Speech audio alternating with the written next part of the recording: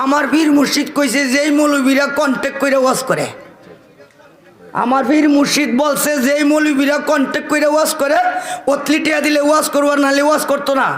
অতলিটি আগে দিলান লাগে আছে না? কি রাগ হইতেছে আমার কথা?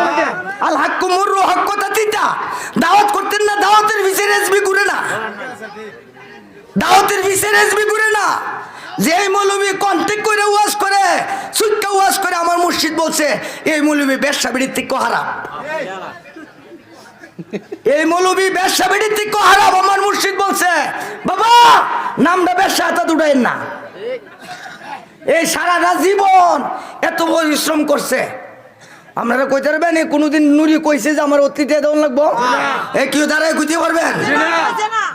এ টেকনাফ থেকে তেঁতুলিয়া সারা দেশ ঘুরছে কিন্তু কন্ট্যাক্ট নাই, যা দিছে তাই আলহামদুলিল্লাহ।